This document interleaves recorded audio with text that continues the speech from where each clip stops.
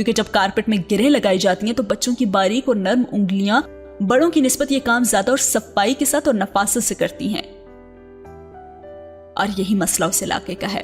غربت بہت ہے، اس لیے لوگوں نے چھوٹے چھوٹے بچوں کو اس کام میں لگایا ہوا ہے. اور اب یورپ میں چائلڈ لیبر پر بین ہے، اور وہاں گورنمنٹ سرکاری طور پر ایسی چیزیں اپنی مارکیٹ میں نہیں آنے دیتی جس کے بارے میں تھوڑا سا بھی شک ہو کہ یہ بچوں نے بنائی ہیں. اور امریکہ میں بھی ایسا ہی ہے.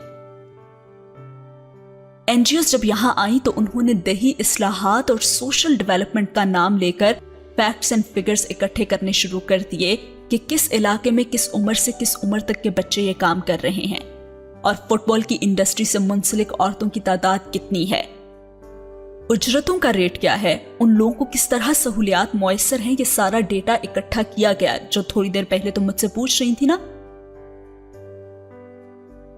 اور آپ دیکھیں گے علی سے بی بی کہ آئندہ چند سالوں میں چائلڈ لیبر کے حوالے سے انہی علاقوں کے متعلق انٹرنیشنل میڈیا خاص شور مچائے گا اور کچھ پابندیاں بھی لگائی جائیں گی.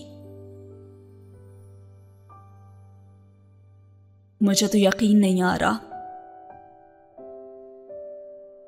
آ جائے گا، عمر نے اطمینان سے کہا. لیکن یہ این جی اوز تو تعلیم کے حوالے سے بہت کام کر رہی ہیں. ہاں، کام کم کر رہی ہیں لیکن شور زیادہ کر رہی ہیں. اور وہ کس لیے ہے یہ بھی میں آپ کو بتا دوں.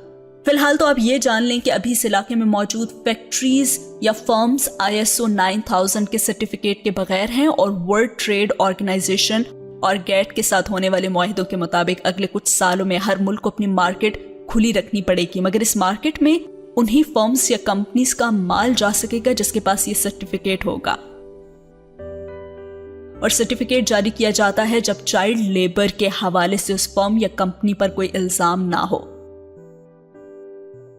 لیکن این جی اوز نے اتنے اچھے طریقے سے ڈیٹا اکٹھا کیا ہے کہ وہ کسی بھی کمپنی یا فرم کو اس حوالے سے یورپین یا امریکن مارکیٹ میں بلیک لسٹ کروا سکتے ہیں. این جی اوز کے پاس مکمل ریکارڈ ہے کہ کون سی فرم کون سے علاقے کے کون سے گھروں سے کتنی تعداد میں کیا چیز تیار کرواتے ہیں، اور وہ یہ بھی جانتے ہیں کہ وہ مال تیار کرنے میں بچوں یا عورتوں کا کس حد تک حصہ ہے. اب فرض کر لینا کہ اس علاقے کی کسی فرم میں بھی کسی امریکن ملٹی نیشنل کمپنی کے ساتھ جوائنٹ وینچر کیا. اب ان کی شرط یہ ہوتی ہے کہ فٹ بال میں ان کا اپنا لیبل لگے گا، اس لوکل فرم کا نہیں، اور ساری دنیا میں وہ فٹ بال امریکی فٹ بال کے طور پر سپلائی کی جائے گی.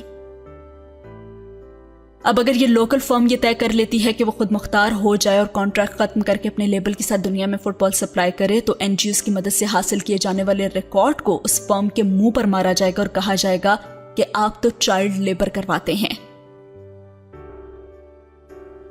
اور بس پھر وہ فرم مجبور ہو جائے گی، اور چائلڈ لیبر کی وجہ سے ISO سرٹیفکیٹ بھی جاری نہیں کیا جائے گا ان کے لیے، جو اگلے چند سال امپورٹ ایکسپورٹ سے تعلق رکھنے والے ہر ادارے کے لیے لازمی ہو جائے گا.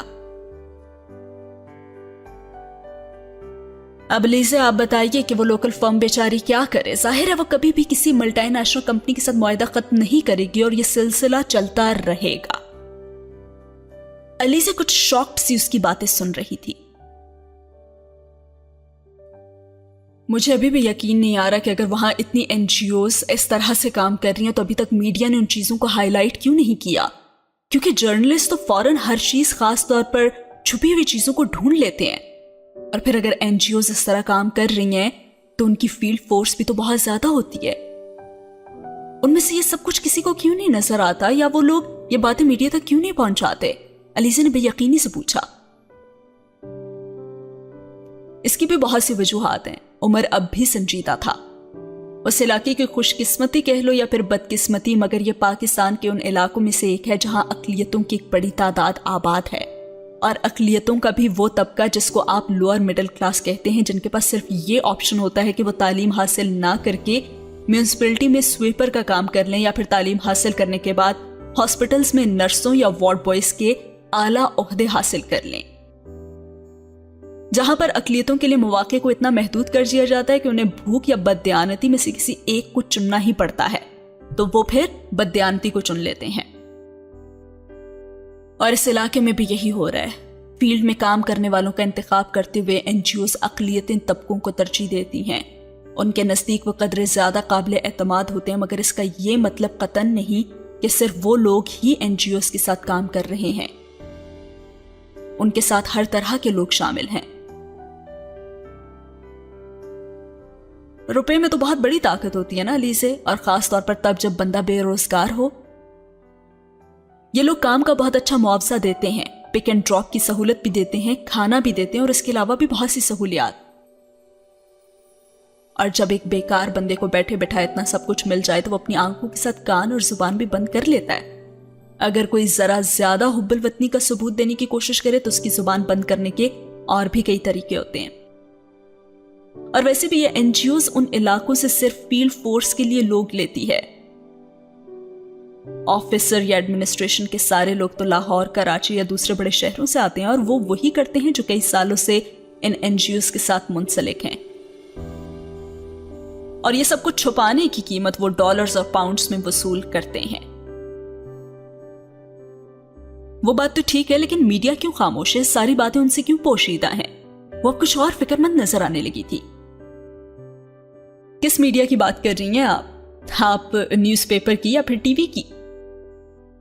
دونوں کی ہی.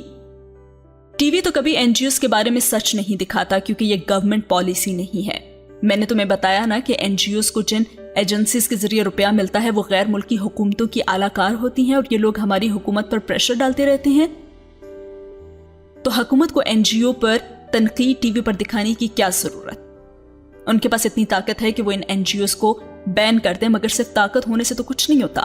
گورنمنٹ کس کس سے لڑے گی؟ وہ کیا کہے گی؟ Beggars can't be choosers. گداگر کے پاس انتخاب کی گنجائش تو نہیں ہوتی، تو ہمارا حال بھی کچھ ایسے ہی ہے.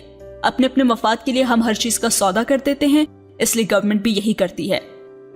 اور جہاں تک نیوز پیپر کا تعلق ہے تو وہ کہاں کے پارسا ہیں؟ تم کیا سوچتی ہو کہ وہ نیوز پیپر میں سب کچھ لکھیں گے؟ وہ تو اپنے آپ کو اس ملک کا حصہ ہی نہیں سمجھتے، کیونکہ ان کا خیال ہے کہ ایسی NGOs سے اس ملک میں وہ انقلاب آ جائے گا جس کی انہیں خواہش ہے. تو کیا وہ تعلیم کے حوالے سے وہاں سرے سے کوئی کام کر ہی نہیں رہے؟ علیزہ نے پھر سے پوچھا. کر رہے ہیں، کر کیوں نہیں رہے؟ دیہی علاقوں میں انہوں نے کچھ سکولز کھولے ہیں اور شور مچا دیا کہ وہ اس علاقے میں انقلاب لے آئیں گے. انہوں نے قسمت بدل دیا علاقے کی. حالانکہ ایسی کوئی خاص چیز نہیں کی ہے انہوں نے. ابھی بھی وہاں پہ اتنی ہی غربت ہے جتنی پہلے تھی. ہاں، کسی حد تک بچوں کی سکول جانے والی تعداد میں اضافہ ہوا ہے، لیکن اور کچھ نہیں بدلا. اور اب وہ ایک بار پھر کھانا کھانے لگا تھا. لیکن آپ یہ سب کچھ اتنے وثوق سے کیسے کہہ سکتے ہیں؟ ہو سکتا ہے کہ آپ کو کوئی غلط فہمی ہو گئی ہو. علیزہ نے قدر محتاط انداز میں کہا.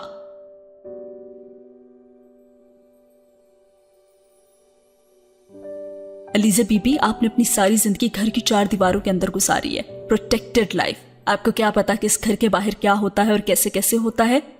مخصوص کلاس میں رہتی ہو نا، مخصوص سوشل سرکل میں. اور میرا تو خیال ہے کہ اب تک دوست بھی بدلے نہیں ہوں گے آپ نے. شہلا سے ہی دوستی ہوگی نا ابھی تک آپ کی.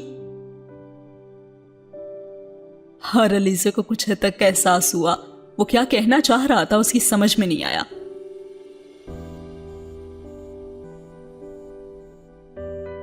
تو بس تم سمجھو کہ تم جنت میں زندگی گزار رہی ہو ابھی تک، اور جنت میں رہ کر دوزخ ایک ایلوژن ہی لگتا ہے جیسے تمہیں لگ رہا ہے. آپ غلط کہہ رہے ہیں. ایسا بھی نہیں ہے کہ مجھے باہر کی دنیا کی کچھ خبر ہی نہیں ہے. ہو سکتا ہے مجھے چیزوں کے بارے میں اتنی اوتھینٹک انفارمیشن نہ ہو جتنی آپ کو ہے، مگر میں بے خبر نہیں ہوں. اس نے جیسے کچھ برا مان کر کہا اور عمر نے اس کی بات پر کوئی دھیان نہیں دیا. نہیں، تم جیسی لڑکیاں جن کی زندگی صرف ایک گھر کے اندر گھومتی ہے، ان تک پہنچنے والی انفارمیشن اتنے ذرائع سے گزرتی ہے کہ اس میں سے سچائی کا عنصر، بلکہ تلخ سچائی کو سمجھتی ہو نا، وہ غائب ہو جاتا ہے. اور اتنا شفاف ویژن آتا ہے تم لوگوں کے پاس چیزوں کا کہ تم لوگوں کو کوئی پریشانی نہ ہوتی ہے اور نہ ہی خوف ہوتا ہے. اسی لیے تو تم اطمینان سے زندگی گزارتے رہتے ہو. وہ سلاد کھاتے ہوئے سنجیدگی سے کہہ رہا تھا. نہیں، یہ اس لیے ہوتا ہے کیونکہ جب ہم لوگ کوئی بات جاننا چاہتے ہیں تو ہمیں بتائی نہیں جاتی، جیسے اس وقت. عمر نے چونک کر اسے دیکھا اور پھر ایک دم کھلکھلا کر ہنس پڑا. اوہو، ایسا کیا پوچھ لیا آپ نے جو ہم نہیں بتا رہے؟ ہاں، یاد آیا کہ تم پوچھ رہی تھی نا کہ اتنے میں وثوق سے یہ سب کچھ کیسے کہہ سکتا ہوں، ہے نا؟ جی، اصل میں جب میں امریکہ میں پوسٹڈ تھا نا تو ایک ٹریڈ کونسلر تھے ہمارے پاس، اسی علاقے سے تعلق تھا ان کا. میں تو نہیں مگر وہ خاصی محب وطن قسم کی چیز تھے، تو کچھ دوستی ہوگی میری ان کے ساتھ. وہ یوں بات کر رہا تھا جیسے اپنی کسی غلطی کا اعتراف کر رہا ہو. اور اس وقت ہمیں کچھ رپورٹس ملی تھی کچھ این جی اوز کے حوالے سے، تو ہم نے سوچا کہ چلو کچھ ریسرچ کرتے ہیں کہ آخر یہ معاملہ کیا ہے. 2 ماہ ہم لوگوں نے اس علاقے میں ہی نہیں بلکہ یورپ اور امریکہ میں بھی اچھی خاصی چھان بین کی، اور حاصل ہونے والے حقائق اور اعداد و شمار خاصے ڈرا دینے والے تھے مگر غلط نہیں تھے. یہ کیسے ہو سکتا ہے بھلا؟ وہ گن تھی. کیسے ہو سکتا ہے یہ تو مجھے نہیں پتا، مگر یہی ہو رہا ہے. تمہارا ڈپارٹمنٹ اتنے سالوں سے اس علاقے میں آ جا رہا ہے مگر میری جتنی انفارمیشن نہیں ہوگی ان کے پاس بھی. اس علاقے کے بارے میں ہر چیز میری فنگر ٹپس پر ہے، کچھ بھی پوچھ لو تم. پاپولیشن کے بارے میں، کسی لوکیشن کے بارے میں، کسی فیکٹری کے بارے میں، کسی این جی او کے بارے میں، یا اور بھی کسی چیز کے بارے میں. اور پھر 95 کا اکنامک سروے آف پاکستان کھولنا اور تصدیق کر لینا. اب عمر کے لہجے میں اسے عجیب سا فخر بھی محسوس ہوا. اچھا، یہ سب جاننے کے بعد آپ نے کیا کیا؟ اس نے کچھ بےتاب ہو کر پوچھا. کیا کیا مطلب؟ عمر پانی پیتے پیتے رک گیا. آپ نے جب یہ ریسرچ کی تو آپ نے اس سب سے گورنمنٹ کو مطلع کیا؟ ہر عمر کے چہرے پر ایک مسکراہٹ نمودار ہوئی. ہاں، گورنمنٹ کو میں نے اطلاع دی تھی، باقاعدہ رپورٹ سبمٹ کی تھی میں نے. اس نے پانی پی کر کہا. اچھا، تو پھر گورنمنٹ نے کوئی ایکشن لیا؟ بالکل لیا، بلکہ فوری طور پر لیا. گورنمنٹ نے کیا کیا پھر؟ اس کا تجسس اپنی انتہا کو پہنچ گیا تھا.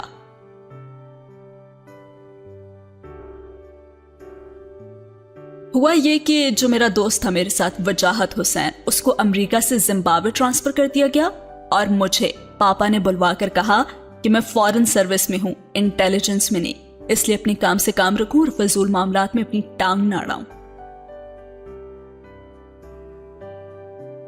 اور وہ شاکڈ رہ گئی. عمر کے چہرے پر کمال کا اطمینان تھا. اوہ، اور رپورٹ کا کیا ہوا؟ اس نے ایک بار پھر سے پوچھا. رپورٹ کی ایک کاپی ہم نے اپنے پاس رکھ لی، اور جو کاپی ہم نے گورنمنٹ کو بھیجوائی تھی وہ انہوں نے تبرک کے طور پر امریکہ کے فورن آفس کو بھیجوا دیا. اور وہ مزے لے کر بتا رہا تھا. کیا؟ وہ تقریباً چلا اٹھی. ہاں، ٹھیک بتا رہا ہوں. رپورٹ سبمٹ کروانے کے ایک ہی ہفتے کے اندر یہ سب کچھ ہوا، اور پھر تقریباً ایک ہی ہفتے کے بعد ایک سفارتی ڈنر میں امریکہ کے فورن آفس سے تعلق رکھنے والے جان پہچان والے ایک آفیسر نے بڑی بے تکلفی سے میرے کندھے پر ہاتھ رکھ کر مجھے اچھے ریسرچ ورک کے لیے مبارکباد دی، اور ساتھ یہ بھی کہا کہ آئندہ بھی اگر ایسا کوئی پروجیکٹ کرنے کا ارادہ ہو تو وہ اسے اسپانسر کر دیں گے. مجھے اخراجات کا کوئی پرابلم نہیں ہوگا، یہی کہا انہوں نے. اور ساتھ یہ بھی فرمایا کہ اس بار یہ رپورٹ حاصل کرنے میں انہیں 2 دن لگ گئے کیونکہ پاکستان سے منگوانی پڑی، اور آئندہ میں کرٹسی کے طور پر اگر میں ایک کاپی انہیں پہلے ہی بھیجوا دوں گا تو انہیں بڑی خوشی ہوگی. اور علیزہ کی سمجھ میں نہیں آیا کہ وہ ہنسے یا روئے. وہ ہونکوں کی طرح عمر کا چہرہ دیکھتی رہی، اور عمر نے مسکرا کر کہا، بالکل یہی ایکسپریشن میرے بھی تھے اس وقت. بعد میں میں بھی نارمل ہو گیا، بالکل ویسے جیسے تم ہو جاؤ گی. اور علیزہ نے گہری سانس لی. آپ نے کوئی احتجاج کیوں نہیں کیا؟ میں نے تو نہیں کیا، مجھے اپنی غلطی کا احساس بھی ہو چکا تھا. اور وہاں وجاہت نے احتجاج کیا، اور اس نے زمبابوے جانے سے انکار بھی کیا، تو اسے کہا گیا کہ پھر وہ ریزائن کر دے، تو اس نے ریزائن کر دیا. دراصل وہ سیلف میڈ بندہ تھا. پتہ نہیں بچتے بچاتے کیسے اتنے اونچے عہدے پر پہنچ گیا، لیکن اس کی کوئی بیک نہیں تھی. بیک ہوتی تو شاید اس کے ساتھ یہ سب کچھ نہ ہوتا. اور علیزہ کو بے اختیار وجاہت حسین پر ترس آیا تھا. تو اب کیا کر رہے ہیں وہ؟ عیش کر رہا ہے. کیا مطلب؟ ریزائن کرنے کے تیسرے دن اس کو ورلڈ بینک سے جاب کی آفر ہوگی، اور اس نے وہاں کام کرنا شروع کر دیا. اس وقت وہ تقریباً $1 لاکھ کی تنخواہ پر کام کر رہا ہے. اصل میں ہوا یہ کہ وہ رپورٹ ان لوگوں نے بھی دیکھی تھی اور وہ بڑے متاثر ہوئے تھے اس بندے سے، اور وہ جان گئے تھے کہ اس میں بڑی صلاحیت ہے. بس پھر وہ اس کے پیچھے پڑ گئے اور اب وہ وہیں نیو یارک میں ہے. اور علیزہ کے پاس تو جیسے لفظ ہی نہیں رہے تھے. وہ اس کے سامنے کون سا پینڈورا باکس کھول رکھا تھا. مگر وجاہت حسین نے کیوں جوائن کیا ورلڈ بینک سب کچھ جانتے ہوئے بھی؟ تو کیا کرتا علیزہ بی بی؟ بھوکا مرتا. ایک تو اسے حب الوطنی کی بیماری، اوپر سے ایمانداری کی بیماری. اس سے زیادہ فیٹل کمبینیشن کوئی نہیں ہو سکتا کسی پاکستانی کے لیے.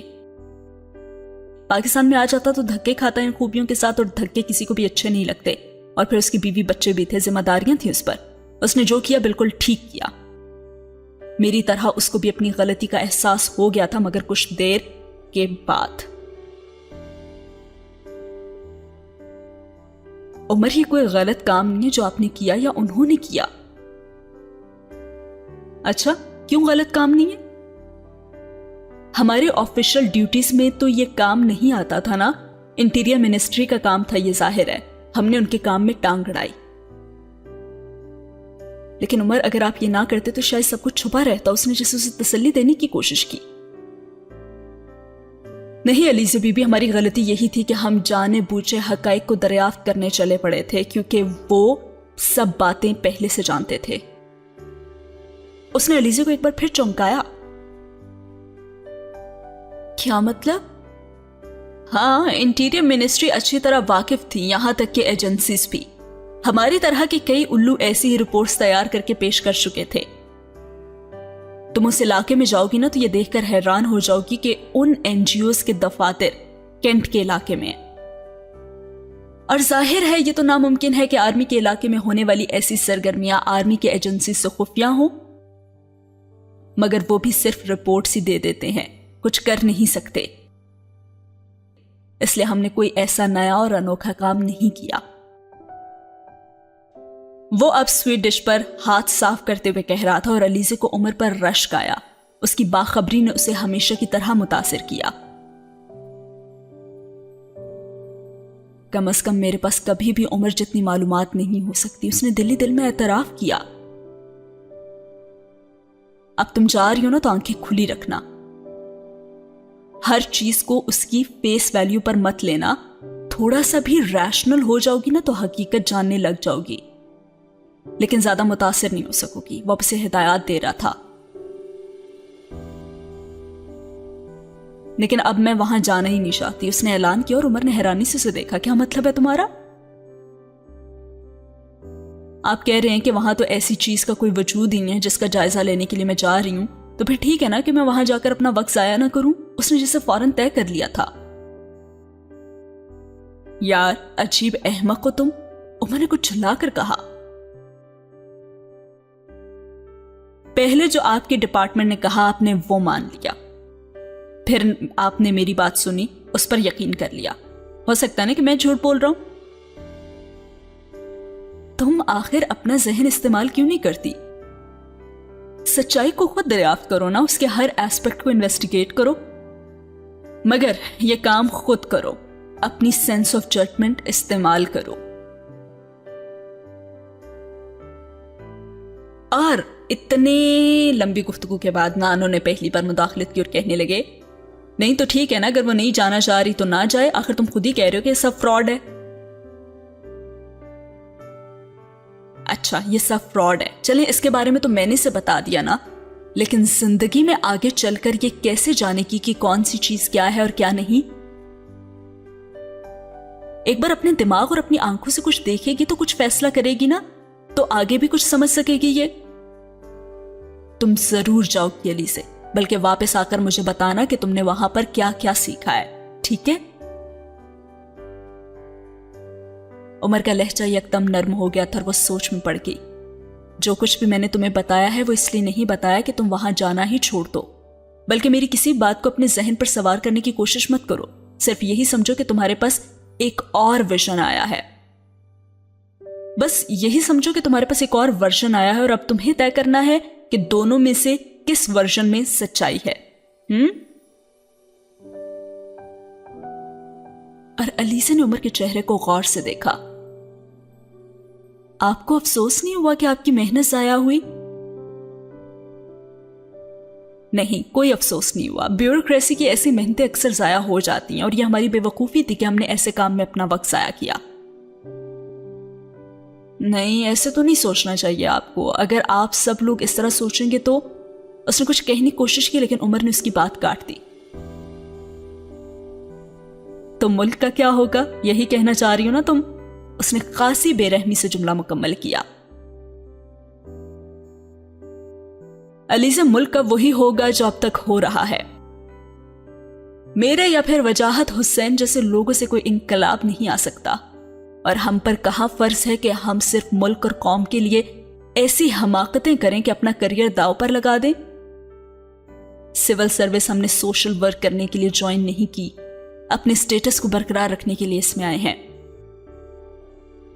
اور اب علیزہ چپ چاپ اسے دیکھتی رہی. وہ یکدم بہت بدلا ہوا نظر آنے لگا تھا اور اس کے سامنے چند لمحوں کے اندر اندر اس کا نیا روپ آ گیا تھا. انسینسٹیو اور انڈیفرنٹ. کچھ دیر پہلے والا انداز یکسر ہی تبدیل ہو چکا تھا.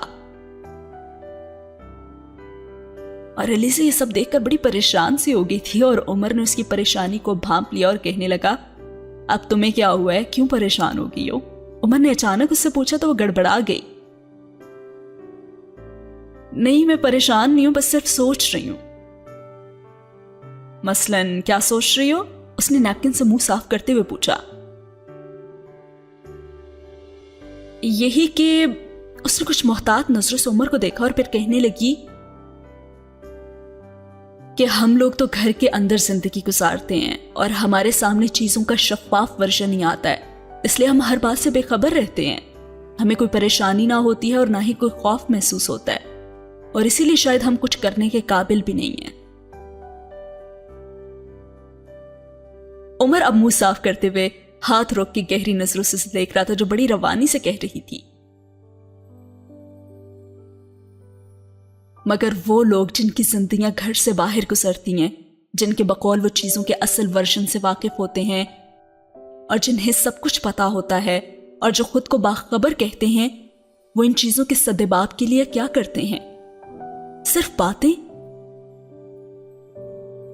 وہ شاید عمر کو یہ جتانا چاہ رہی تھی کہ اس نے صرف باتیں کی ہیں، پریکٹیکلی اس نے کچھ کر کے نہیں دکھایا. وہ عمر کے تاثرات دیکھے بغیر ٹیبل سے اٹھ گئی اور عمر نے حیرانی اور خاموشی کے ساتھ اسے باہر جاتے ہوئے بھی دیکھا اور چند لمحے وہ اس دروازے کو دیکھتا رہا جہاں وہ غائب ہوئی تھی اور پھر اس کے چہرے پر ایک عجیب سی مسکراہٹ نمودار ہوئی. صرف باتیں؟ گڈ. اس نے نانو کی طرف دیکھتے ہوئے کہا اور اس کے لہجے میں ستائش تھی. گرینی، آپ کو پتہ ہے علیزہ مجھ پہ طنز کر کے گئی ہے اور مجھے خوشی بھی ہوئی ہے. وہ مسکراتے ہوئے ٹیبل سے اٹھ گیا اور ساتھ ہی ہوا یہ سین ختم. اور ساتھ ہی ہوا یہ باب بھی ختم. اب آتے ہیں باب نمبر 20 کی طرف.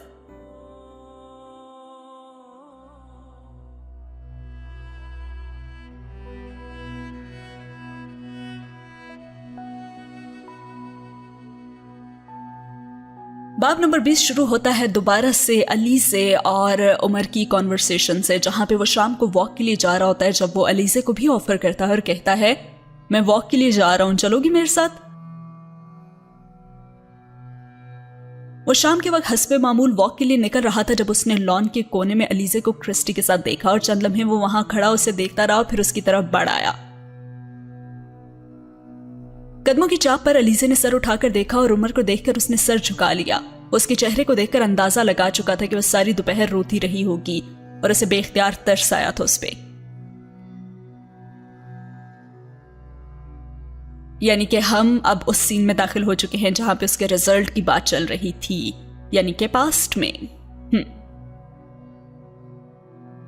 اس نے بڑے دوستانہ انداز میں اسے مخاطب کیا اور کہنے لگا کیا ہو رہا ہے علیزہ؟ اور علیزہ نے کوئی جواب نہیں دیا تھا اور سر جھکائے وہ اسی طرح گھاس پہ بیٹھی ہوئی کرسٹی کے بالوں میں انگلیاں پھیرتی رہی.